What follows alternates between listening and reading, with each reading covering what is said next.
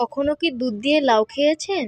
তাই আপনাদের জন্য নতুন একটি রেসিপি নিয়ে চলে আসলাম। আসসালামু আলাইকুম বন্ধুরা, সবাইকে সিস্টার্স কিচেনে স্বাগতম। আজকে আমরা দুধ লাউ রান্না করব, তো দেখতে থাকুন। এইখানে আমি একটা কচি লাউ নিয়েছি, আর এই রেসিপিটা করার জন্য কচি লাউই লাগবে। লাউ আমার যতটুকু প্রয়োজন ছিল আমি নিয়েছি। লাউটা আমি সুন্দর করে ছুলে নিয়েছি যাতে সবুজ অংশটা না থাকে। লাউটা ঝুরি ঝুরি করে কেটে নিয়েছি।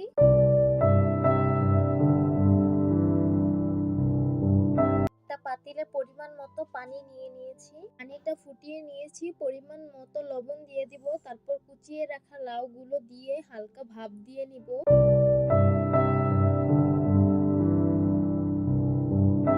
লাউগুলো ভাপ দেওয়া হয়ে গেছে, এখন একটা ঝুড়িতে ঢেলে ঝরা দিয়ে নিব কিছুক্ষণের জন্য। একটা পাত্রে গরুর দুধ ঢেলে নিব।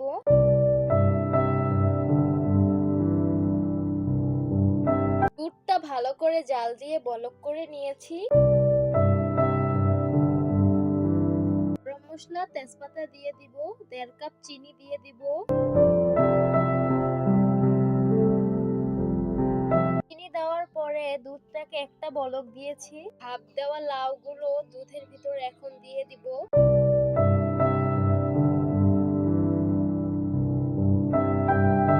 কয়েকটা জাফরং দিয়ে দিব, এটা অপশনাল। তারপর ভালোভাবে নেড়ে মিশিয়ে নিতে হবে। আমাদের দুধ লাউটা হয়ে গেছে, এখন নামিয়ে পরিবেশন করে নিব।